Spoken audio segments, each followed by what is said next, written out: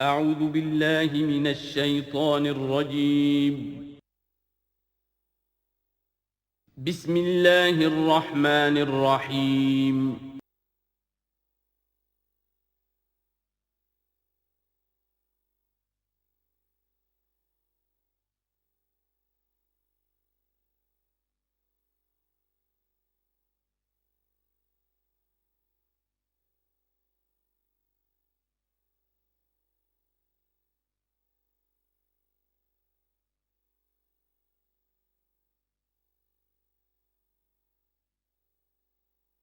بسم اللہ الرحمن الرحیم یا بنی اسرائیل اذکروا نعمتی التی انعمت علیکم وانی فضلتکم علی العالمین واتقوا یوما لا تجزی نفس عن نفس شیئا ولا يقبل منها شفاعة ولا یؤخذ منها عدل ولا هم ينصرون صدق اللہ العظیم رب اشرح لی صدری ویسر لی امری واحلل عقدۃ من لسانی یفقہوا قولی۔ جیسا کہ میں نے عرض کیا تھا، سورہ بقرہ کے 5ویں رکوع سے اور 14ویں رکوع تک تو مسلسل، بلکہ 15ویں رکوع کی بھی پہلی 2 آیات شامل کرنی ہوں گی۔ یہ 10 رکوعوں سے 2 آیات زائد ہیں کہ جن میں خطاب کل کا کل بنی اسرائیل سے ہے۔ البتہ اس میں یہ فرق ہے کہ پہلا رکوع جو ہے وہ ان کو دعوت پر مشتمل ہے، نبی اکرم صلی اللہ علیہ وسلم پر ایمان لانے کی پرزور دعوت۔ بقیہ یہ 9 رکوع جو ہے یہ ان پر فرد قرارداد جرم ہے جو عائد کی جا رہی ہے۔ ہم نے تمہارے ساتھ یہ احسان و اکرام کیا، تم پر یہ فضل کیا، یہ کرم کیا، تمہیں یہ حیثیت دی، تمہیں یہ مقام دیا، تم نے اس طور سے اپنے اس مشن کی خلاف ورزی کی، اپنے مقام اور مرتبے کو چھوڑ کر اور دنیا پرستی اختیار کی۔ یہ جو 9 رکوع ہیں ان میں بنی اسرائیل کی تاریخ کا تو یوں سمجھیے کہ ایک بہت بڑا حصہ اور نمایاں اس کے فیچرز آئیں گے، لیکن یہ سمجھ لیجئے کہ اصل میں یہ امت مسلمہ کو بھی ایک پیشگی تنبیہ ہے کہ کوئی مسلمان امت جب بگڑتی ہے تو یہ چیزیں اس میں آ جاتی ہیں۔ چنانچہ احادیث موجود ہیں حضور کی، لَيَأْتِيَنَّ عَلَىٰ أُمَّتِي مَا أَتَىٰ عَلَىٰ بَنِي إِسْرَائِيلَ حَزْوَ النَّعْلِ بِالنَّعْلِ، میری امت پر بھی وہ سب حالات وارد ہوں گے جو بنی اسرائیل پر آئے، بالکل ایسے جیسے ایک جوتی دوسری جوتی سے مشابہ ہوتی ہے۔ ایک اور حدیث میں فرمایا لَتَتَّبِعُنَّ سُنَنَ مَنْ قَبْلِكُمْ، تم لازماً اپنے سے پہلوں کی پیروی کرو گے۔ اور اس میں اس حد تک بھی آپ نے وضاحت کر دی کہ اگر وہ سابق امت مسلمہ، سابق امت، اگر وہ گوہ کے بل میں گھسی تھی تم بھی گھسو گے، اور اگر ان میں کوئی بدبخت ایسا اٹھا جس نے اپنی ماں سے زنا کیا تو تم میں سے بھی کوئی شقی ایسا ضرور اٹھے گا جو یہ حرکت کرے گا۔ اس اعتبار سے ان رکوعوں کو پڑھتے ہوئے یہ نہ سمجھیے یہ اگلوں کی داستان ہے، پچھلوں کی کہانیاں ہیں، نہیں۔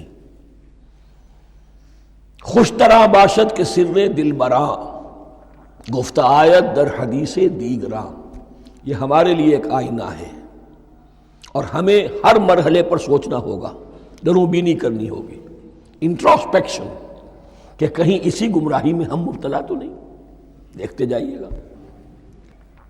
دوسرا نقطہ پہلے سے یہ سمجھ لیجئے، یہ جو 2 آیتیں میں نے 6 رکوع کی تلاوت کی ہیں، بعین ہی یہی 2 آیتیں 15ویں رکوع میں آئیں گی،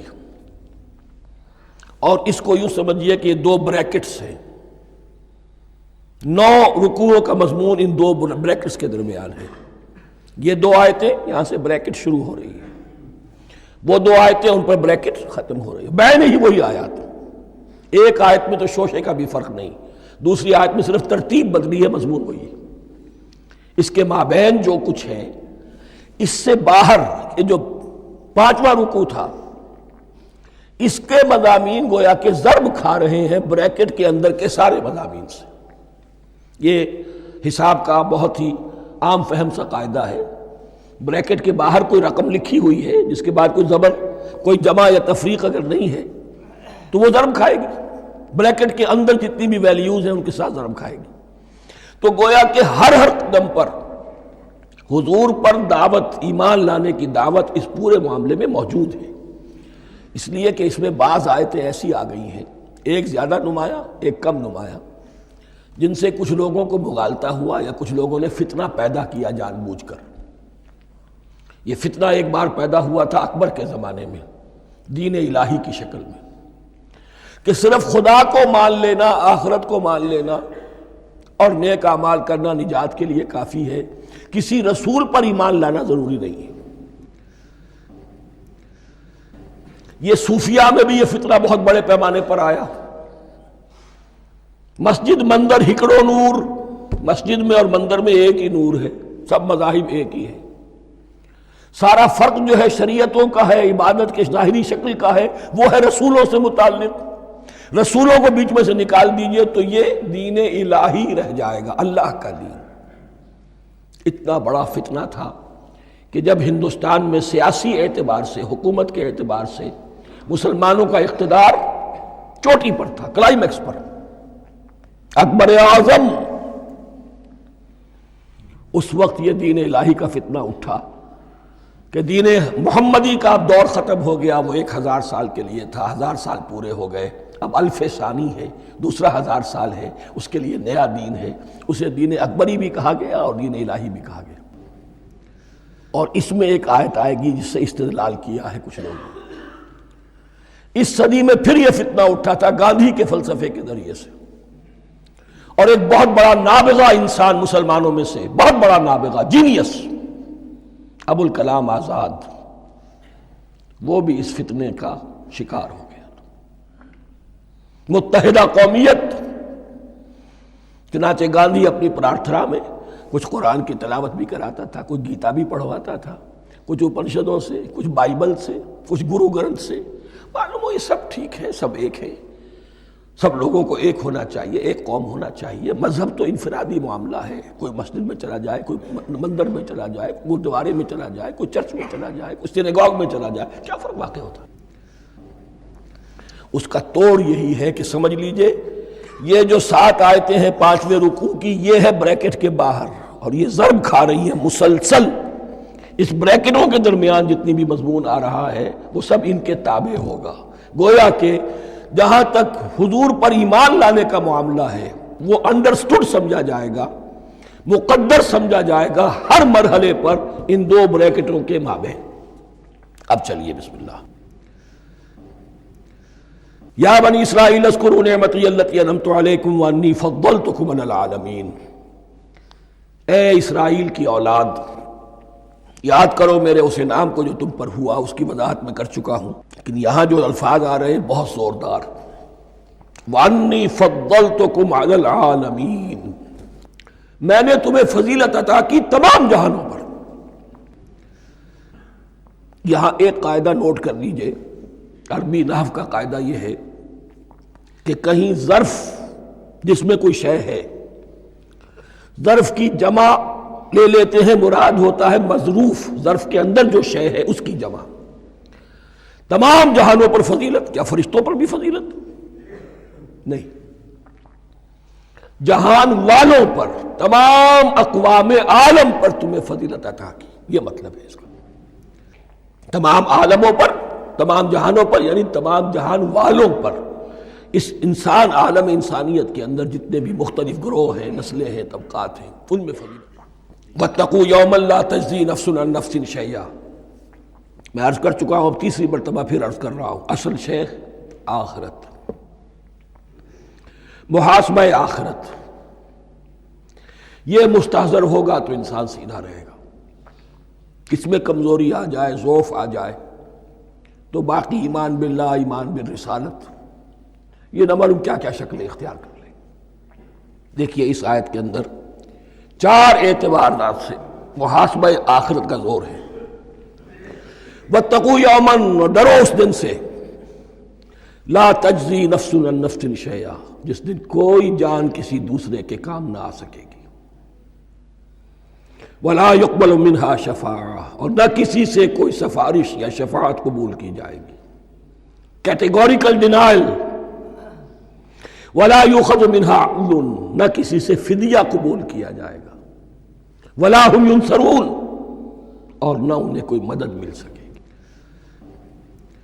ہم نے طرح طرح کے عقیدے، شفاعت باطلہ کا تصور، اہل عرب سمجھتے تھے ہمیں یہ فرشتے جو ہے خدا کی بیٹیاں ہیں، یہ لات اور منات اور عزا ہم نے ان کے بت بنا رکھے ہیں، پوچھتے ہیں یہ اپنے ابا جان سے اللہ کی بیٹیاں ہیں نا، لاڈلی بیٹیاں، چھڑا لیں گے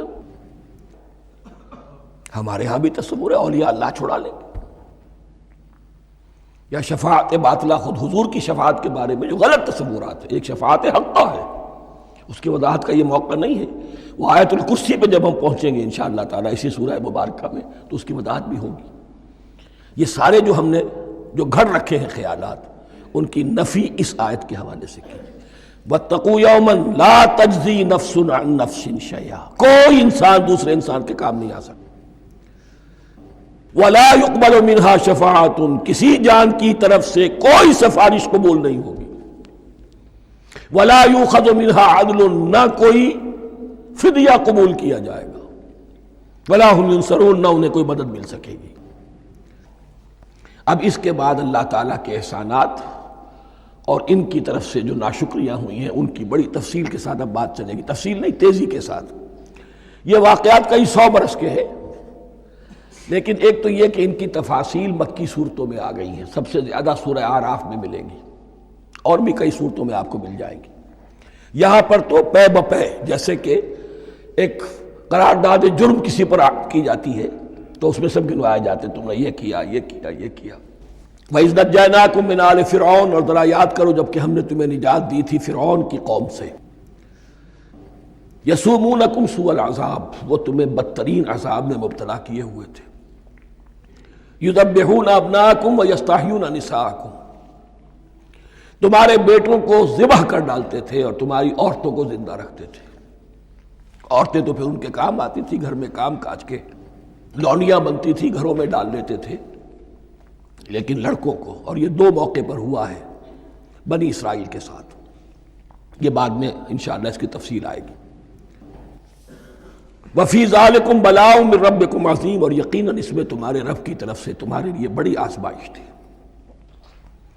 وَإِذْ فَرَقْنَا بِكُمُ الْبَحْرَ، اور یاد کرو جب کہ ہم نے تمہارے لیے سمندر کو پھاڑ دیا یا دریا کو پھاڑ دیا۔ یہ ایک مختلف فی بات ہے کہ کس جگہ سے کراس کیا تھا بنی اسرائیل نے ایجپٹ سے سینائی پیننسولا آنے کے لیے، جزیرہ نما سینا میں۔ ایک رائے یہ کہ دریائے نیل کو کراس کر کے گئے ہیں، لیکن یہ بات غلط ہے، دریائے نیل تو مصر کے اندر ہے، وہ کبھی بھی مصر کی حد نہیں بنا۔ کسی کی رائے یہ ہے کہ جو خلیج سویز ہے، بحر قلزم جو ہے، ریڈ سی، وہ اوپر جا کر 2 کھاڑیوں میں تبدیل ہو جاتا ہے، خلیج عقبہ مشرق کی طرف اور خلیج سویس مغرب کی طرف، اور ان کے درمیان میں یہ سینائی پیننسولا جو ہے یہ تکون ہے، جیسے ہندوستان بھارت تکون ہے ایسے یہ پیننسولا ہے، انڈین پیننسولا، سینائی پیننسولا۔ اور یہ سویس کینال تو بعد میں بنی ہے، خلیج سویس اور میڈیٹرینین بحیرہ روم کے درمیان یہ کچھ چھوٹی چھوٹی، اگرچہ چھوٹی تھی سمندر کے لحاظ سے، بہت بڑی بڑی جھیلیں تھیں، اور ان جھیلوں ہی کو پھر جوڑ جوڑ کر درمیان میں جو خشکی تھی اس کو کاٹ کر سویس کینال بنائی گئی ہے۔ تو اب تو یہ ایک مسلسل ایک رابطہ ہے، لیکن معلوم ہوتا ہے کہ یا تو خلیج سویس کو کراس کیا ہے حضرت موسیٰ علیہ السلام نے، اور یہی میری رائے زیادہ یہی ہے، اس لیے کہ کوہ طور جو ہے وہ اس پیننسولا کی ٹپ پر ہے، نیچے ہے یہاں، جہاں پر ان کا قیام رہا، اور جہاں پھر حضرت موسیٰ کو 40 دن کے لیے کوہ طور پر بلا کر اور پھر انہیں تورات دی گئی ہے۔ تو معلوم ہوتا ہے کہ جو خلیج سویز ہے اسے کراس کیا ہے۔ کراس کس طرح کیا ہے کہ حضرت موسیٰ کے عصا کی ایک ضرب سے سمندر پھٹ گیا۔ فَكَانَ كُلُّ فِرْقٍ كَالطَّوْدِ الْعَظِيمِ، دونوں طرف چٹانوں کے مانند پہاڑ کی طرح جو ہے وہ سمندر کھڑا ہو گیا، اس کے راستے سے یہ نکل گئے۔ اور پھر جب فرعون اور اپنا لشکر لے کر جب آیا ہے، اس نے سوچا ہم بھی نکل جائیں، وہ غرق ہو گئے، اس لیے کہ دونوں طرف کا پانی آپس میں مل گیا۔ یہ تھی کیفیت، اور معجزانہ کیفیت تھی، یہ کوئی فطرت کے یا نیچر کے اصول کے مطابق بات نہیں تھی، اور میں عرض کر چکا ہوں، آپ کو بتا چکا ہوں معجزہ کسے کہتے ہیں۔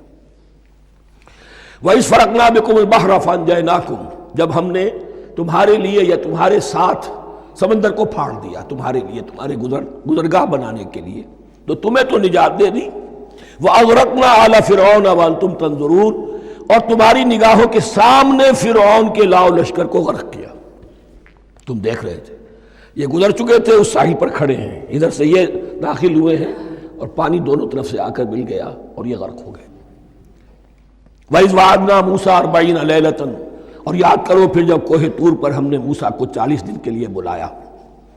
ثُمَّ اتَّخَذْتُمُ الْعِجْلَ، ان کی غیر حاضری میں تم نے بچھڑے کی پرستی شروع کر دی، اسے معبود بنا لیا، من بعدہ، اس کی غیر موجودگی میں، وَأَنْتُمْ ظَالِمُونَ، تم بہت بڑا ظلم تھا جس کا ارتکاب کیا۔ إِنَّ الشِّرْكَ لَظُلْمٌ عَظِيمٌ، عظیم ترین ظلم جو ہے وہ شرک ہے، اور شرک جلی کی یہ شکل کہ بچڑے کو پوج رہے۔ ثُمَّ عَفَوْنَا عَنْكُمْ مِنْ بَعْدِ ذَلِكَ، پھر ہم نے تمہیں اس کے بعد بھی معاف کیا، یہ ہمارا کرم رہا ہے، ہماری رحمت رہی۔ من بعد ذلك لعلكم تشکرون، تاکہ تم شکر کرو۔ وَإِذْ آتَيْنَا مُوسَى الْكِتَابَ وَالْفُرْقَانَ لَعَلَّكُمْ تَهْتَدُونَ، اور یاد کرو جب کہ ہم نے موسیٰ کو کتاب اور فرقان عطا فرمائی۔ یہ فرقان حق اور باطل کے درمیان فرق کر دینے والی چیز، اور کتاب عام طور پر جو آتا ہے وہ شریعت کے لیے آتا ہے، شریعت بھی دی، کتاب بھی دی، اور فرقان بھی دیا، لعلکم تہتدون، تاکہ تم ہدایت پاؤ۔ وَإِذْ قَالَ مُوسَىٰ لِقَوْمِهِ، اور یاد کرو جب کہ کہا تھا موسیٰ نے اپنی قوم سے، یا قوم انکم ظلمتم انفسکم باتخاذکم العجل، اے میری قوم کے لوگو، یقیناً تم نے اپنے اوپر بڑا ظلم کیا ہے بچڑے کو معبود بنا کر۔ فَتُوبُوا إِلَىٰ بَارِئِكُمْ، پس توبہ کرو اپنے پروردگار، اپنے خالق کی جناب میں۔ باری اللہ تعالیٰ ہے، باری۔ فَاقْتُلُوا أَنفُسَكُمْ، تو قتل کرو اپنے آپ کو۔ یہ چیز جو ہے تورات میں تفصیل سے آئی ہے، قرآن میں نہیں ہے۔ اسی اعتبار سے میں نے آپ کو بتایا تھا کہ تورات کا مطالعہ اس اعتبار سے مفید ہے کہ بہت سے واقعات کا قرآن میں ذکر ہے، اجمالاً اشارہ ہے، اس کی تفصیل کے لیے ہمیں تورات سے رجوع کرنا پڑتا ہے، ورنہ یہ کہ اس آیت کا صحیح مفہوم واضح نہیں ہوگا۔ فَاقْتُلُوا أَنفُسَكُمْ، اپنے آپ کو قتل کرو، کیا مانی؟ یہ قتل مرتد کی سزا ہے۔ وہاں معلوم ہوتا ہے کہ حضرت موسیٰ نے یہ حکم دیا، 12 قبیلے تھے، ہر قبیلے میں سے کچھ لوگوں نے یہ کفر اور شرک کیا، باقی لوگوں نے نہیں کیا۔ انہیں حکم دیا گیا کہ اپنے قبیلے کے لوگ ان کو قتل کریں جو ان کے قبیلے میں سے اس کفر کے مرتکب ہوئے۔ انفسکم سے مراد یہ اپنے قبیلے کے لوگوں کو تم قتل کرو، اس لیے کہ قبائلی زندگی جو ہوتی ہے آپ کو معلوم ہے، اس میں کوئی اور قبیلہ ہاتھ لگا دے تو قبائلی عصبیت بھڑک اٹھے گی۔ 70,000 یہودی قتل ہوئے، اس سے بڑی توبہ اور ممکن نہیں، اس سے بڑا پرج، کسی بھی آئیڈیالوجیکل پارٹی کے اندر پرج بہت ضروری ہوتا ہے۔ کچھ لوگ آ گئے ایک نظریے کو قبول کر کے، رفتہ رفتہ نظریہ اوجل ہو گیا، کچھ مفادات، کچھ چودراہٹیں یہ مقدم ہو گئی، اسی سے جماعتیں خراب ہوتی ہیں، غلط راستے پہ پڑ جاتی ہیں، تحریکیں بھٹک جاتی ہیں۔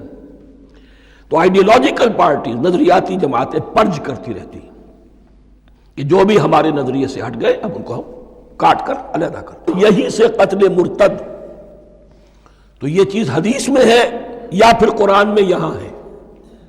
اس حوالے سے جو لوگ ہمارے ہاں بعض علماء بھی ہیں، جدید دانشور ہیں، جو قتل مرتد کی جو حد ہے اسلام میں اس کو تسلیم نہیں کرتے، لیکن میرے نزدیک یہ شریعت موسوی کا تسلسل ہے کہ شریعت موسوی کی جس شے کو بدلا نہ گیا ہو، جس کے بارے میں صراحتاً یہ معلوم نہ ہو کہ یہ شے تبدیل کر دی گئی، تو وہ شریعت محمدی کا جز بن گئی۔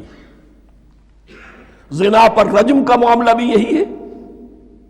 قرآن مجید میں رجم کی صریح آیت کوئی موجود نہیں ہے، حدیث میں ہے۔ قرآن مجید میں مرتد کے قتل کے لیے کوئی آیت موجود نہیں ہے، حدیث میں ہے، سنت میں ہے، اور دونوں کی کا جو منبع ہے وہ اصل میں تورات ہے۔ تو اس بات کو اچھی طرح نقل کر دیجئے۔ یہ جگہ اکثر لوگ جو ہیں یہاں بہت سرسری طور سے گزر جاتے ہیں، یہ بہت اہم ہے۔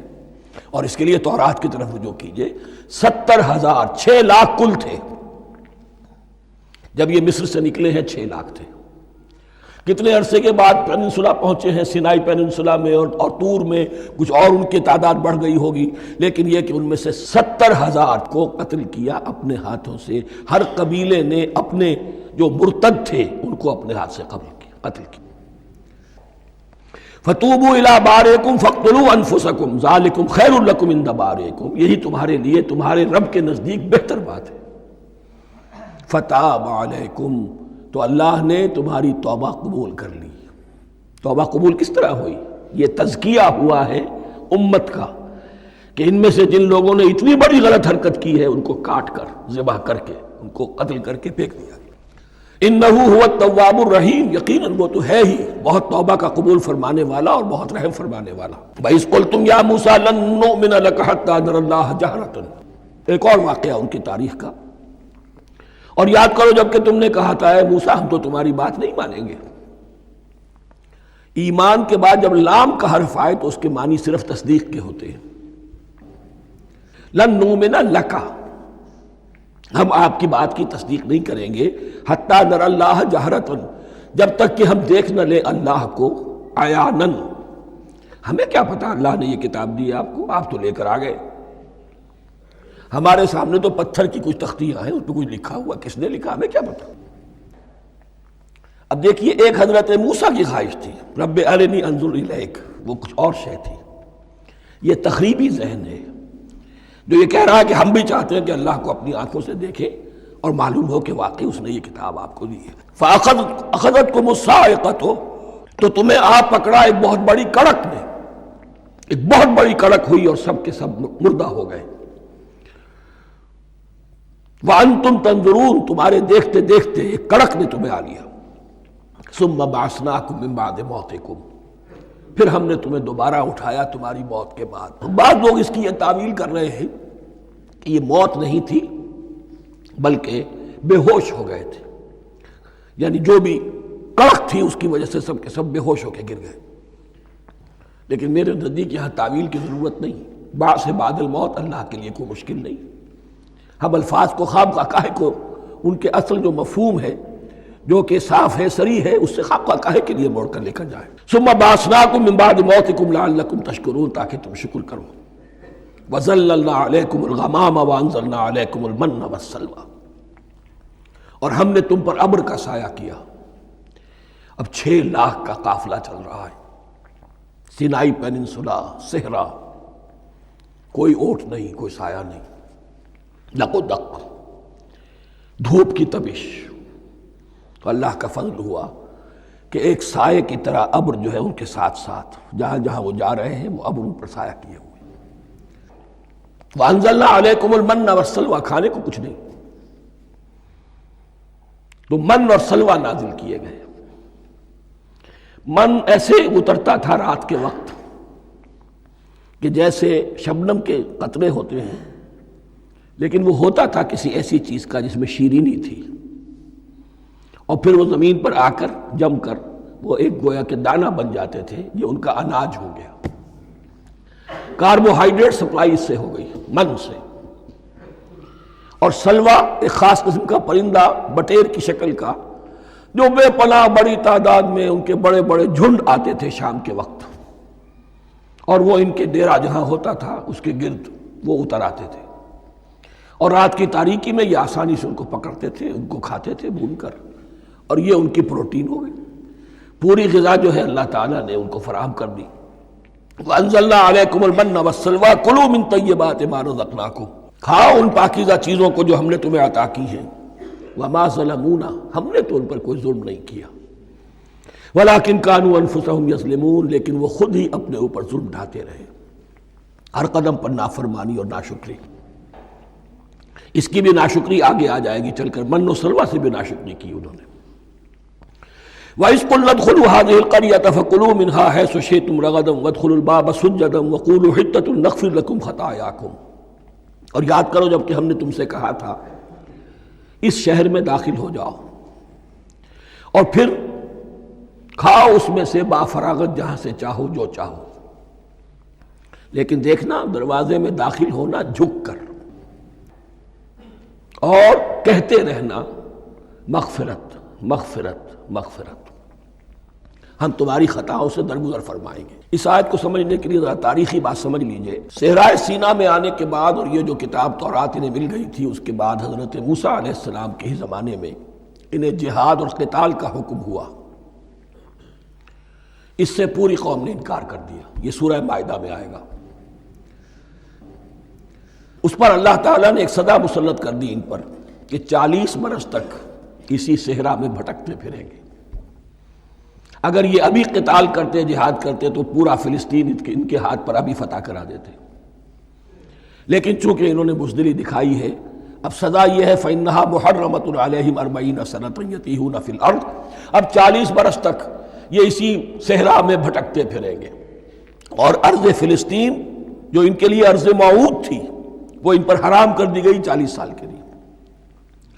اس 40 سال کے عرصے میں حضرت موسیٰ کا بھی انتقال ہو گیا، حضرت ہارون کا بھی ہو گیا، اور اس عرصے میں ایک نئی نسل پیدا ہوئی۔ وہ جو غلامی کا داغ اٹھائے ہوئی نسل آئی تھی مصر سے، جن کے اندر مورل کیریکٹر جو ہے وہ بہت کمزور ہو جاتا ہے، وہ پوری نسل ختم ہو گئی۔ نئی نسل اب پیدا ہوئی، 40 برس صحرا میں پیدا ہوئے، یہی پلے بڑھے، ان میں اب ایک جذبہ تھا۔ حضرت موسیٰ کے پھر جو خلیفہ تھے یوشع ابن نون، جوشوا، تورات میں ان کا نام جوشوا ہے، یوشع، ان کی سرکردگی میں اب بنی اسرائیل کی اس نئی نسل نے قتال کیا، جنگ کی، اور پہلا شہر جو فتح ہوا وہ اریحا۔ آج بھی وہ شہر جو ہے جیریکو جو آپ دیکھتے ہیں خبروں کے اندر آتا ہے بار بار، اریحا اس کا پرانا نام ہے۔ یہ شہر فتح ہوا، اس فتح کی بات کا تذکرہ ہو رہا ہے۔ یاد کرو جب کہ ہم نے تم سے کہا تھا اس بستی میں، اس شہر میں داخل ہو جاؤ فاتحانہ، اور پھر جو کچھ یہاں ہے، جو نعمتیں ہیں، ان سے متمتع ہو، کھاؤ پیو، لیکن داخل ہونا سجدہ کرتے ہوئے، مراد کیا؟ جھک کر، یعنی ایسا نہ ہو کہ تکبر کی وجہ سے تمہاری گردنیں اکڑ جائیں، گردنیں جھکا کر اللہ کا احسان مانو، یہ نہ سمجھو کہ یہ فتح تم نے حاصل کی۔ اس کی تفسیر اصل میں نظر آتی ہے حضور کی شخصیت میں، کہ جب فتح مکہ کے موقع پر مکے میں داخل ہوئے ہیں تو جس سواری پر آپ بیٹھے ہوئے تھے، آپ کی پیشانی اس کی گردن کے ساتھ جڑی ہوئی تھی۔ یہ وقت ہوتا ہے جب کہ تکبر اور تعلی، فاتح کی حیثیت سے آنا، اور بندہ مومن کے لیے یہی وقت ہے تواضع کا، جھکنے کا۔ وَقُولُوا حِطَّةٌ، حتیٰ یحط تو کہتے ہیں جھاڑ دینے کو، تو اس کے معنی کیا ہے؟ اے اللہ ہمارے گناہ جھاڑ دے، مغفرت، اے اللہ ہمیں مغفرت، ہماری مغفرت فرما، جو خطائیں ہو گئی بخش دے۔ قولوا حِطَّةٌ، تمہاری زبان پر استغفار ہونا چاہیے، تمہاری گردنیں جھکی ہوئی ہونی چاہیے۔ نغفر لکم خطایاکم، اگر تم اس پر عمل کرو گے ہم تمہاری خطائیں جو ہیں انہیں معاف فرما دیں گے۔ وسنزید المحسنین، اور جو تم میں محسن ہوں گے انہیں اور بھی زیادہ دیں گے، اور انعام و اکرام آئیں گے۔ فبدل الذین ظلموا قولا غیر الذی قیل لہم، تو ان میں سے جو ظالم تھے، جو بد کردار تھے، انہوں نے بدل دیا، ایک اور قول اختیار کر لیا اس قول کی جگہ جو انہیں کہا گیا تھا حتہ حتہ، انہوں نے کہنا شروع کیا ہنتا ہنتا، ہمیں تو گیہوں چاہیے۔ یہ بعد میں ابھی آ جائے گا اگلے رکوع کے اندر، کہ من و سلوہ سے ان کی طبیعتیں بھر گئی تھی ایک ہی چیز کھا کھا کے۔ اب وہ کہہ رہے تھے کوئی چیز ہمیں جو ہے زمین کی روئیدگی میں سے، پیداوار میں سے، تو وہ ان کے زبان پر انہوں نے مذاق اڑاتے ہوئے گویا کہ حضرت موسیٰ علیہ السلام کے ذریعے سے حکم ملا ہے، استہزاء کر رہے ہیں، حتۃ کی بجائے حنتۃ۔ فانزلنا علی الذین ظلموا رجزا من السماء بما كانوا یفسقون، تو جن لوگوں نے یہ حرکت کی تھی ان پر ہم نے آسمان سے ایک بہت بڑا عذاب نازل کیا۔ تورات سے معلوم ہوتا ہے کہ پلیگ آئی، اور جنہوں نے یہ حرکت کی تھی وہ سب کے سب ہلاک ہو گئے جریکو کے اندر، بما كانوا یفسقون، بسبب اس نافرمانی کے جو انہوں نے کی۔ وَإِذِ اسْتَسْقَىٰ مُوسَىٰ لِقَوْمِهِ فَقُلْنَا اضْرِب بِّعَصَاكَ الْحَجَرَ، اب یہ پھر صحرائے سینا کا واقعات آ رہے ہیں، ان میں ترتیب زمانی نہیں ہے۔ اور یہاں کی فتح جو ہے حضرت موسیٰ کے بعد ہے، لیکن اب یہاں پہ پھر ابھی وہ جو صحرائے تیہ میں جب بھٹک رہے تھے پھر اس کا ذکر ہے۔ وَإِذِ اسْتَسْقَىٰ مُوسَىٰ لِقَوْمِهِ فَقُلْنَا اضْرِب بِّعَصَاكَ الْحَجَرَ، اور جب کہ موسیٰ کی قوم نے موسیٰ سے پانی طلب کیا۔ اب صحرا میں آپ کو معلوم ہے جہاں پڑاؤ تھا اب وہاں پانی نہیں ہے، 6 لاکھ ہو 7 لاکھ ہو کتنے افراد ہو پانی چاہیے۔ وَإِذِ اسْتَسْقَىٰ مُوسَىٰ لِقَوْمِهِ فَقُلْنَا اضْرِب بِّعَصَاكَ الْحَجَرَ، تو ہم نے کہا کہ اپنے عصا سے ضرب لگاؤ چٹان پر۔ فَانْفَجَرَتْ مِنْهُ اثْنَتَا عَشْرَةَ عَيْنًا، تو اس سے 12 چشمے پھوٹ بہے۔ فجر کہتے ہیں کسی شے کے پھٹ کر کوئی چیز برآمد ہو۔ فجر جو ہوتی ہے، فجر کا وقت رات کی تاریکی کا پردہ چاک ہوتا ہے اور سپیدہ سحر نمودار ہوتا ہے۔ فَانْفَجَرَتْ مِنْهُ اثْنَتَا عَشْرَةَ عَيْنًا، تو 12 چشمے پھوٹ بہے۔ قَدْ عَلِمَ كُلُّ أُنَاسٍ مَشْرَبَهُمْ، یہاں اناس سے کیا مراد ہے؟ ہر قبیلہ، ہر قبیلے نے اپنا گھاٹ معین کر لیا۔ 12 قبیلے تھے، اگر علیحدہ علیحدہ نہ ہوتا معاملہ، 12 چشمے اسی لیے دیے گئے کہ لڑے نہ جھگڑے نہ۔ پانی تو بہت بڑی چیز ہے، کہیں پانی پینے پلانے پہ جھگڑا اور کہیں گھوڑا آگے بڑھانے پہ جھگڑا، یہ تو قبائلی زندگی کے اندر ہوتی ہی چیزیں۔ تو اس اعتبار سے اللہ تعالیٰ نے ان کے لیے یہ سہولت کی کہ 12 چشمے پھوٹ بہے۔ قد علم کل اناس مشربہم، ہر ایک نے اپنا گھاٹ جان لیا، معین کر لیا۔ کلوا واشربوا من رزق اللہ، گویا کہ کہہ دیا گیا کہ کھاؤ اور پیو اللہ کے رزق میں سے۔ ولا تعثوا فی الارض مفسدین، اور زمین میں فساد مچاتے نہ پھرو۔ کھانے پینے کے لیے پانی بھی ادھر آ گیا، کھانے کے لیے من و سلوہ آ گیا۔ اب دیکھیے ان کی ناشکری۔ وَإِذْ قُلْتُمْ يَا مُوسَىٰ لَن نَّصْبِرَ عَلَىٰ طَعَامٍ وَاحِدٍ، یاد کرو جب کہ تم نے کہا تھا اے موسیٰ ہم ایک کھانے پر تو صبر نہیں کر سکتے، کھا کھا کے بکتا گئے ہیں من و سلوہ۔ فَادْعُ لَنَا رَبَّكَ، تو ذرا اپنے رب سے دعا کرو، پکارو ہمارے لیے اپنے رب کو۔ یخرج لنا، وہ نکالے ہمارے لیے مما تنبت الارض، زمین کی روئیدگی اور پیداوار میں سے، نباتات ارضی میں سے، من بقلہا، اس کی ترکاریاں، وقصائہا، اور ککڑیاں، کھیرے اور ککڑیاں، ان سب کے لیے یہ لفظ ہے۔ وفومہا، ایک ترجمہ گیہوں کیا گیا ہے لیکن میرے نزدیک زیادہ صحیح ترجمہ ہے لہسن، اور سرائے کی زبان میں بھی اور ممکن ہے کہ سندھی میں بھی ہو تھوم، تھوم کہتے ہیں لہسن کو، یہ فوم کی بدلی ہوئی شکل ہے، اس لیے کہ یہی علاقہ ہے جس میں عرب آئے تھے، تو عربوں کی زبان کے بہت سے الفاظ جو ہیں اس سرائے کی زبان میں خاص طور پر وہ بہت زیادہ، تو تھوڑی سی شکل بدل کر وہ کافی تعداد میں موجود ہے۔ وعدسہا، اور دال خاص طور پر مسور کی، وبصلہا، اور پیاز۔ اب جو چٹخارے جس سے بنتے ہیں سالن کے، ان کی زبانیں وہ چٹخارے مانگ رہی۔ ظاہر بات ہے کہ اگر وہ سلوا بھی تھا، بٹیرا ہے، اسے آگ کے اوپر ذرا سا تپایا اور کھایا، وہ ایک ہی خاص قسم کی غذا ہے جو چل رہی ہے۔ اسی طرح من جو ہے وہ ایک خاص قسم کا سیریل ان کے لیے بن گیا ہے، لیکن یہ جو چٹخارے ہیں یہ تو لہسن سے ہے، پیاز سے ہے، ترکاریوں سے ہے، ان تمام چیزوں سے، دال کا اپنا ایک ذائقہ ہے۔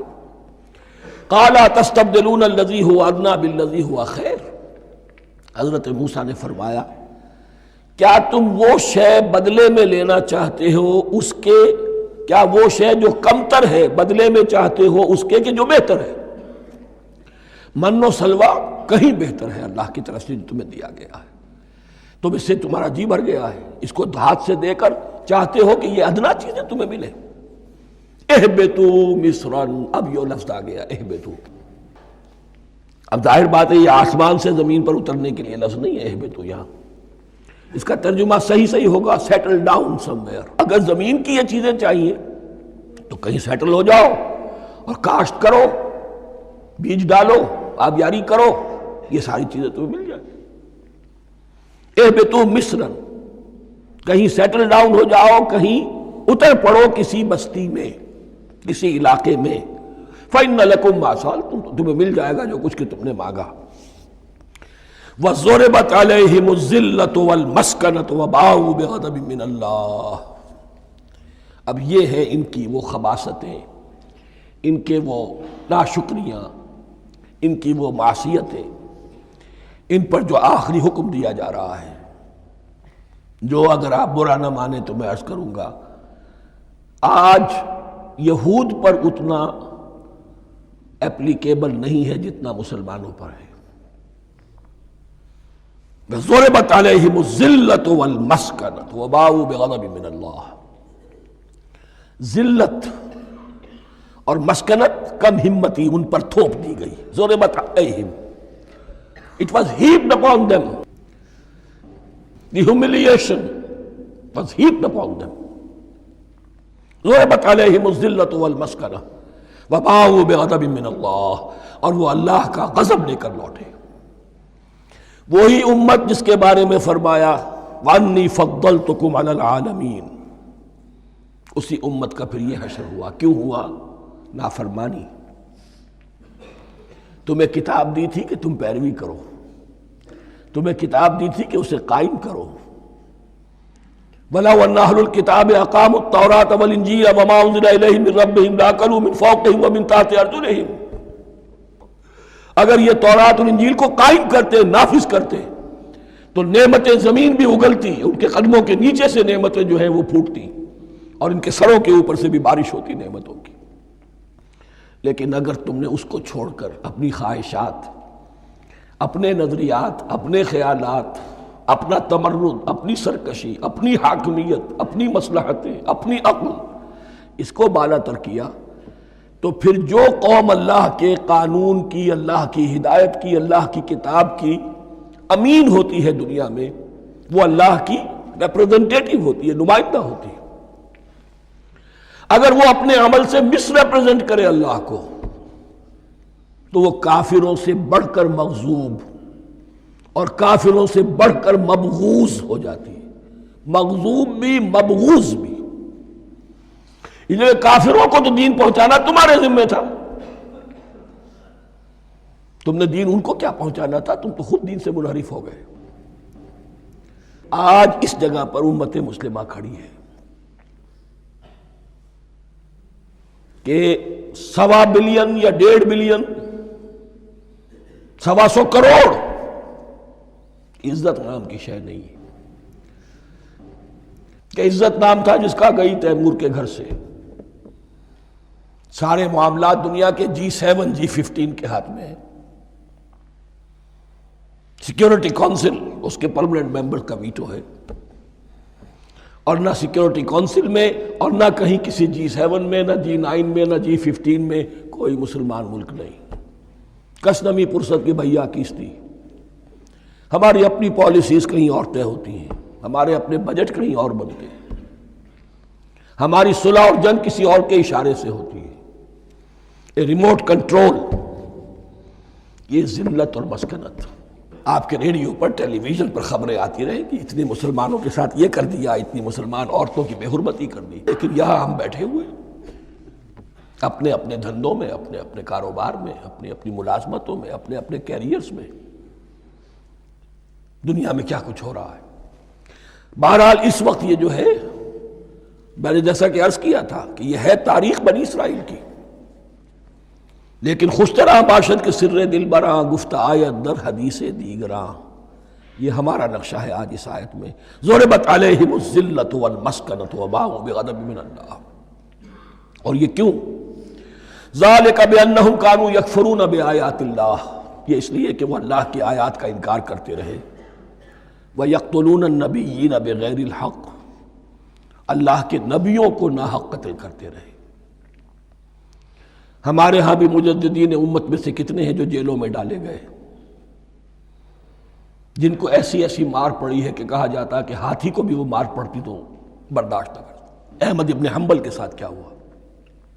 ابو حنیفہ جیل میں انتقال کیا، امام مالک کے کندھے کھینچ دیے گئے، اتار دیے گئے، منہ کالا کر کے اور اونٹ پر بٹھا کر پھرایا گیا۔ امام دار الہجرہ شیخ احمد سرہندی جیل میں رہے، سید احمد بریلوی اور ان کے ساتھیوں کو خود مسلمانوں نے تہہ تیغ کیا ہے۔ بہرحال یہ داستانیں ہیں، اب نبی تو کوئی نہیں آئے گا، ان کے ہاں نبی تھے، ہمارے ہاں مجددین ہیں، علماء حق ہیں، جیسے کہ حدیث بھی ہے علماء امتی کا انبیاء بنی اسرائیل، تو جو انہوں نے انبیاء کے ساتھ کیا ہم نے مجددین اور علماء کے ساتھ کیا۔ ذالک بما عصوا وکانوا یعتدون، اور یہ ہوا ان کی نافرمانیوں کی وجہ سے اور حد سے تجاوز کرنے کی وجہ سے۔ اللہ تعالیٰ تو ظالم نہیں ہے، اللہ نے تو اونچا مقام دیا تھا، ہمیں بھی خیر امت قرار دیا، کنتم خیر امت اخرجت للناس تأمرون بالمعروف وتنہون عن المنکر وتؤمنون باللہ۔ اب اگر ہم نے وہ اپنا مشن چھوڑ دیا تو ذلت اور مسکنت وہ ہمارا مقدر بن گئی۔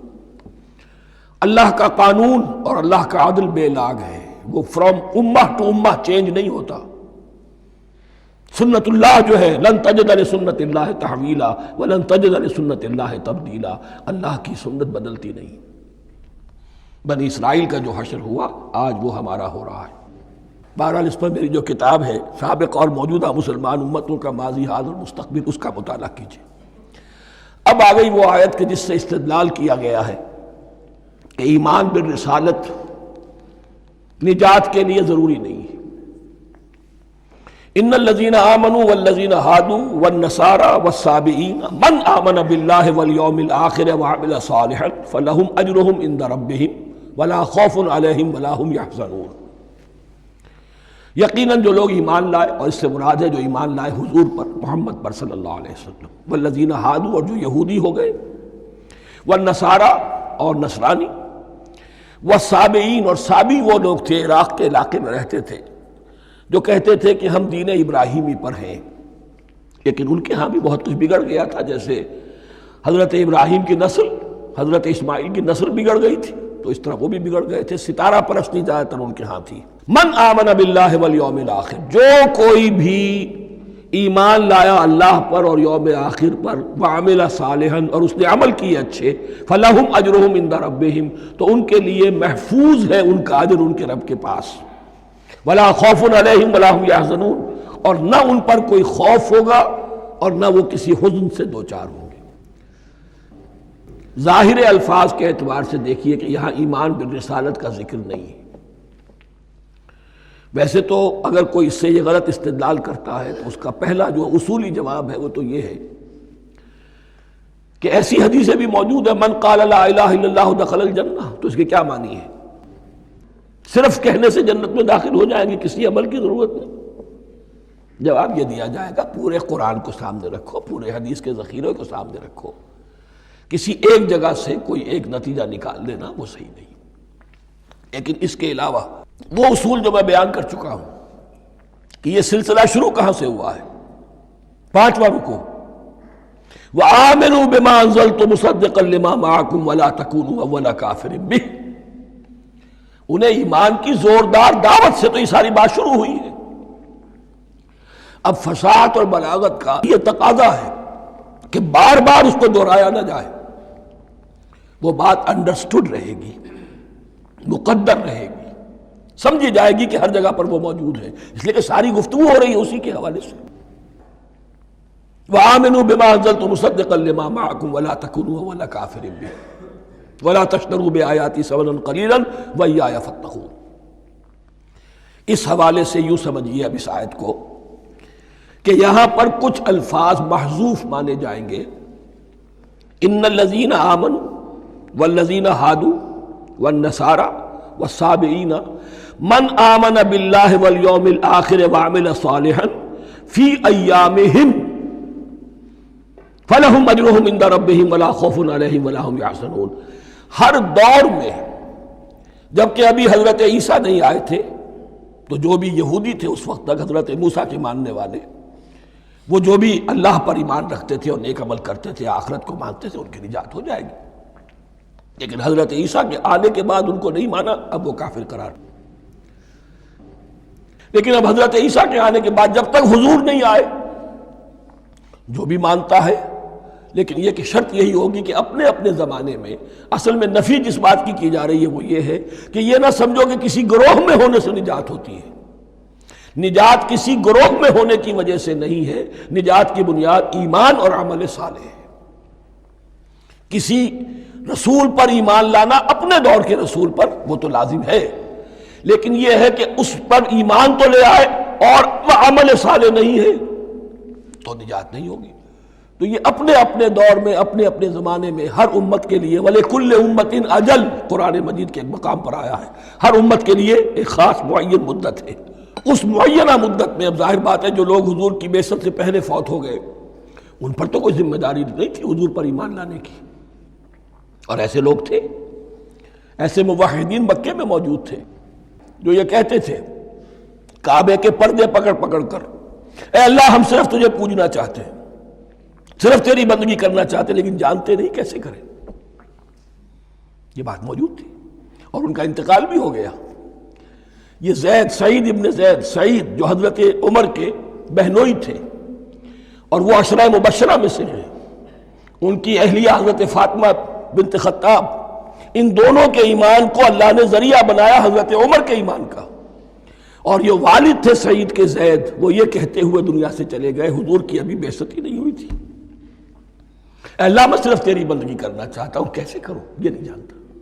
اسی کو ذہن میں رکھیے، اہدنا الصراط المستقیم جو میں نے کہا تھا، ایک سلیم الفطرت انسان، سلیم العقل انسان توحید تک پہنچ جاتا ہے، آخرت کو پہچان لیتا ہے، لیکن اب کیا کروں؟ اس شریعت کے لیے، ان احکام کے لیے وہ دستے سوال دراز کرنے پر مجبور ہے۔ الحمدللہ رب العالمین الرحمن الرحیم مالک یوم الدین ایاک نعبد و ایاک نستعین اہدنا الصراط المستقیم۔ اسی صراط المستقیم کی دعا کا یہ جواب اب آئے گا، شروع ہوگا سورہ بقرہ سے، یہ کرو یہ نہ کرو، یہ فرض ہے، یہ تم پر لازم کیا گیا، یہ چیز حرام کی گئی، وغیرہ وغیرہ۔ ان الذين آمنوا والذين هادوا والنصارى والصابئين من آمن بالله واليوم الآخر وعمل صالحا، اور محذوف الفاظ فی ازمنتہم، اپنے اپنے زمانے میں، یا فی ایامہم، فلہم اجرہم عند ربہم ولا خوف علیہم ولا هم یحزنون۔ وَإِذْ أَخَذْنَا مِیثَاقَکُمْ وَرَفَعْنَا فَوْقَکُمُ الطُّورَ، اور ذرا یاد کرو جب کہ ہم نے تم سے عہد لیا، قول و قرار لیا، اور تمہارے اوپر اٹھا دیا طور کو، پہاڑ کو۔ جب تورات دی گئی تو اس وقت ایک کیفیت معجزانہ طور پر ایسی پیدا کی گئی، ان کے اوپر ایک رعب ڈالنے کے لیے اور خشیت قلب میں پیدا کرنے کے لیے کوہ طور اٹھا کر معلق کر دیا گیا۔ اس وقت کہا گیا خذوا ما آتیناکم بقوۃ، تو اس قول و قرار کے وقت ایک معجزے کی شکل یہ ہوئی تھی۔ وَإِذْ أَخَذْنَا مِیثَاقَکُمْ وَرَفَعْنَا فَوْقَکُمُ الطُّورَ خُذُوا مَا آتَیْنَاکُمْ بِقُوَّةٍ وَاذْکُرُوا مَا فِیہِ لَعَلَّکُمْ تَتَّقُونَ، پکڑو اس کو مضبوطی کے ساتھ جو ہم نے تمہیں دیا ہے، اس حدیث، اس کتاب کو، تورات کو، اس شریعت کو، ان احکام کو۔ وَاذْکُرُوا مَا فِیہِ، اور یاد رکھو اسے جو کچھ کہ اس میں ہے، لَعَلَّکُمْ تَتَّقُونَ، تاکہ تم بچ سکو۔ ثُمَّ تَوَلَّیْتُم مِّن بَعْدِ ذَلِکَ، پھر تم نے روگردانی کی اس کے بعد، اس میثاق کو توڑا، میثاق الست کو توڑا تھا، اور دوسرے یہ میثاق شریعت جو تم سے لیا گیا اس کو بھی توڑا۔ ثم تولیتم من بعد ذلک فلولا فضل اللہ علیکم ورحمتہ لکنتم من الخاسرین، پھر اگر اللہ کا فضل تمہارے شامل حال نہ ہوتا اور اس کی رحمت تمہاری دستگیری نہ کرتی رہتی، بار بار تمہیں معاف کیا، تمہیں مہلت دی، تو اگر یہ چیز نہ ہوتی تو اسی وقت سے تم خسارہ پانے والے اور تباہ ہونے والے ہو جاتے۔ وَلَقَدْ عَلِمْتُمُ الَّذِينَ اعْتَدَوْا مِنْكُمْ فِي السَّبْتِ، اور تمہیں خوب معلوم ہے تم میں سے وہ لوگ جنہوں نے سبت کے قانون کو توڑا، حد سے تجاوز کیا۔ یہ واقعہ تفصیل کے ساتھ سورہ اعراف میں آئے گا کہ ان کی شریعت میں ہفتے کا روز معین کر دیا گیا تھا، کوئی دنیاوی کام نہیں ہوگا۔ آج بھی وہ لوگ جو ہے سبت کو، جو بھی پریکٹسنگ جیوز ہیں، وہ اس کی پابندی کرتے ہیں، وہ بڑی شدت سے کرتے ہیں۔ لیکن ایک زمانے میں ایک خاص ان کا قبیلہ تھا کہ جس نے ایک بڑے ہی شرعی ہیلہ ایجاد کر کے اس قانون کی دھجیاں بکھیری، تفصیل ہم پڑھیں گے سورہ اعراف میں۔ وَلَقَدْ عَلِمْتُمُ الَّذِينَ اعْتَدَوْا مِنْكُمْ فِي السَّبْتِ، اور تمہارے علم میں ہے تمہارے وہ لوگ کہ جنہوں نے سبت کے قانون کے ضمن میں خلاف ورزی کی، فَقُلْنَا لَهُمْ كُونُوا قِرَدَةً خَاسِئِينَ، تو ہم نے کہہ دیا ان کو کہ ہو جاؤ ذلیل بندر، ان کی شکلیں مس کر دی گئی، انہیں بندروں کی شکل میں تبدیل کر دیا گیا۔ فَجَعَلْنَاهَا نَكَالًا لِمَا بَيْنَ يَدَيْهَا، پھر ہم نے اس واقعے کو یا اس بستی کو ایک بنا دیا مثال، لوگوں کے لیے ان کی عبرت کے سامان بنا دیا، ان کے لیے بھی جو سامنے موجود تھے اس زمانے کے لوگ، اور ان کے لیے بھی جو بعد میں آنے والے تھے۔ وَمَوْعِظَةً لِّلْمُتَّقِينَ، اور اسے ایک نصیحت، ایک سبق آموزی کی بات بنا دیا اہل تقویٰ کے لیے۔ وَإِذْ قَالَ مُوسَىٰ لِقَوْمِهِ إِنَّ اللَّهَ يَأْمُرُكُمْ أَن تَذْبَحُوا بَقَرَةً، اور یاد کرو جب کہ موسیٰ نے اپنی قوم سے کہا یقیناً اللہ تمہیں حکم دیتا ہے کہ گائے کو ذبح کرو۔ یہ واقعہ میں پہلے آپ کو بتا دوں، پھر ہم یہ آیات تیزی سے پڑھ لیں گے۔ بنی اسرائیل میں ایک شخص قتل ہو گیا، عامیل نامی، اور قاتل کا پتہ نہیں چل رہا تھا۔ اللہ تعالیٰ نے حضرت موسیٰ کے ذریعے سے انہیں حکم دیا کہ ایک گائے کو ذبح کرو اور اس کے جسم کے ایک ٹکڑے سے اس مردے کو چھوؤ، وہ جی اٹھے گا اور وہ بتا دے گا میرا قاتل کون ہے۔ اب یہ معجزات کی شکل ہے جو بار بار آ رہے ہیں، اور سابق اس امت کے اندر معجزات کا آپ کو بہت عمل دخل ملے گا۔ اس میں ایک تو یہ کہ گائے کو ذبح کرنا، وہ گائے کے تقدس کا جو ان کے دل میں ذہن میں تھا، تو ذبح کرنے سے اس کے اوپر بھی گویا کہ ایک تلوار چلائی گئی، اور پھر انہیں دکھا بھی دیا گیا کہ ایک آدمی زندہ بھی ہو سکتا ہے، بعد سے بعد الموت کا بھی ایک نقشہ دکھا دیا گیا انہیں۔ لیکن انہیں جب یہ حکم ملا اور ان کے دلوں کے اندر وہ بچڑے کی اور گائے کی تقدیس جو ہے وہ پلی ہوئی تھی، اب انہوں نے سوال کر کے کسی طریقے سے بچنے کے لیے مین میخ نکالی، کیسی گائے ہو، کیا رنگ ہو، کس طرح کی ہو، کس عمر کی ہو۔ بالآخر یہ کہ جب ہر طرف سے گھیراؤ ان کا ہو گیا اور سب چیزیں جو ہیں ان کے سامنے واضح کر دی گئیں، تب انہوں نے یوں سمجھیے چاروں ناچار بادل ناخواستہ اس حکم پر عمل کیا۔ بس اب ترجمہ کر لیجئے۔ وَإِذْ قَالَ مُوسَىٰ لِقَوْمِهِ إِنَّ اللَّهَ يَأْمُرُكُمْ أَن تَذْبَحُوا بَقَرَةً، اور یاد کرو جب کہ موسیٰ نے کہا اپنی قوم سے کہ اللہ حکم دیتا ہے تمہیں کہ ایک گائے کو ذبح کرو۔ قَالُوا أَتَتَّخِذُنَا هُزُوًا، انہوں نے کہا کیا آپ ہمارے ساتھ کوئی ٹھٹھا کر رہے ہیں، مذاق اڑا رہے ہیں، یہ کیا بات آپ کہہ رہے ہیں؟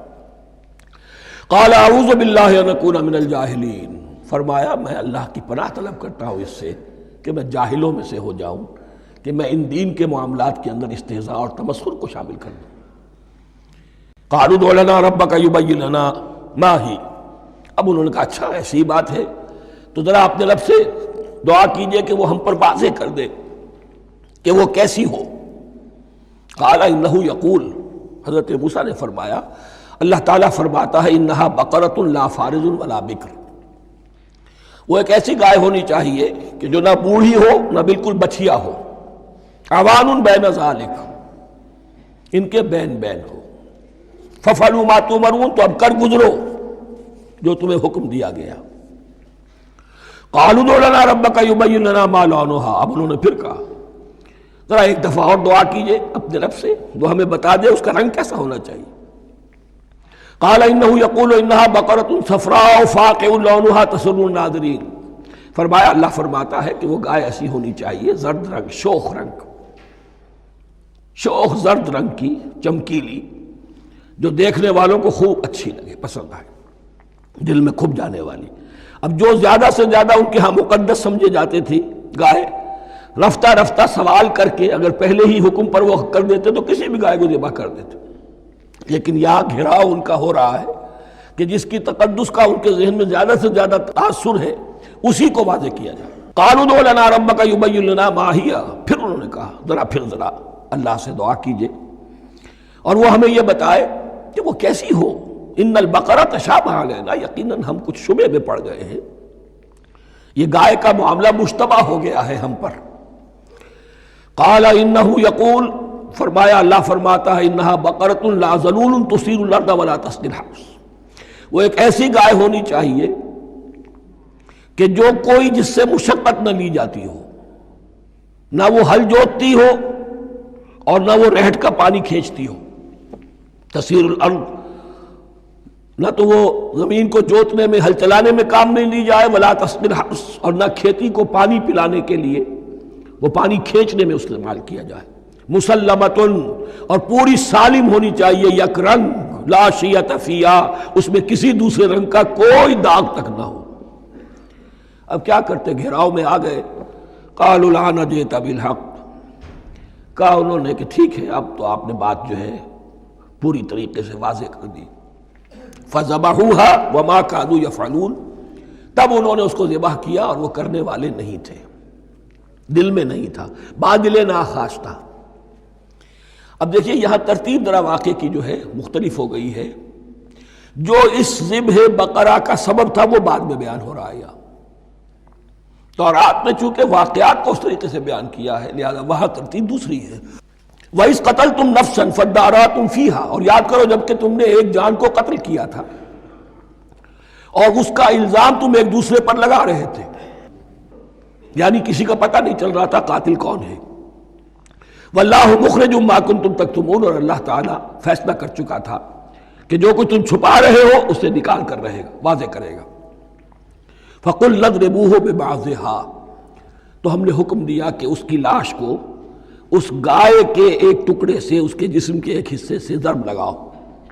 كَذَلِكَ يُحْيِي اللَّهُ الْمَوْتَى، اور دیکھو اس طریقے سے اللہ مردوں کو زندہ کر دے گا۔ تھوڑی دیر کے لیے وہ زندہ ہوا اور اس نے اپنے قاتل کا نام بتا دیا۔ وَيُرِيكُمْ آيَاتِهِ لَعَلَّكُمْ تَعْقِلُونَ، اور وہ تمہیں دکھاتا ہے اپنی آیات تاکہ تم عقل سے کام لو۔ اب جو الفاظ آ رہے ہیں بہت سخت ہیں، بہت سخت ہیں، لیکن ان کو پڑھتے ہوئے درون بینی ضرور کیجیے گا، اپنے اندر جھانکیے گا۔ ثُمَّ قَسَتْ قُلُوبُكُمْ، پھر تمہارے دل سخت ہو گئے۔ جب دین میں ہیلے بہانے نکالے جانے لگے اور ہیلوں بہانوں کے ذریعے سے شریعت کے احکام سے بچا جائے، اللہ کو دھوکہ دینے کی کوشش کی جائے، اس کا جو نتیجہ نکلتا ہے وہ دل کی سختی ہے۔ ثم قست قلوبکم، پھر تمہارے دل سخت ہو گئے۔ فہی کالحجارۃ او اشد قسوہ، تو وہ تو اب پتھروں کے مانند ہیں بلکہ سختی میں ان سے بھی زیادہ شدید ہے۔ یہ ویسے بھی فصاحت اور بلاغت کا بھی بڑا ایک عمدہ مقام ہے قرآن کا۔ وَإِنَّ مِنَ الْحِجَارَةِ لَمَا يَتَفَجَّرُ مِنْهُ الْأَنْهَارُ، پتھروں میں سے تو ایسے بھی ہوتے ہیں جن میں سے چشمے پھوٹ بہتے ہیں۔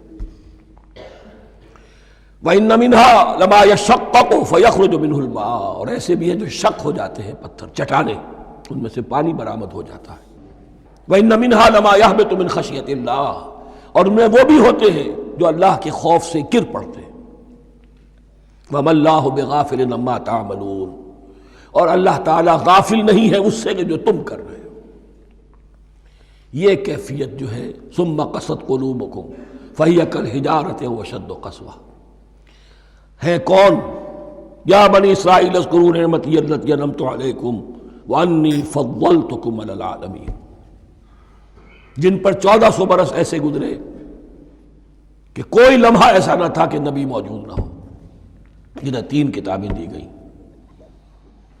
لیکن یہ کہ اپنی بدعملی، عقائد میں بھی مین بیخ کر کے اپنے آپ کو بچانے کے راستے نکال لینا، اعمال میں بھی ہیلوں کے ذریعے سے، کتاب الحیل کے ذریعے سے اپنے آپ کو ذمہ داریوں سے مبرہ کر لینا، اس کا نتیجہ پھر یہ نکلتا ہے۔ اللہ تعالیٰ مجھے اور آپ کو اس انجام بد سے بچائے۔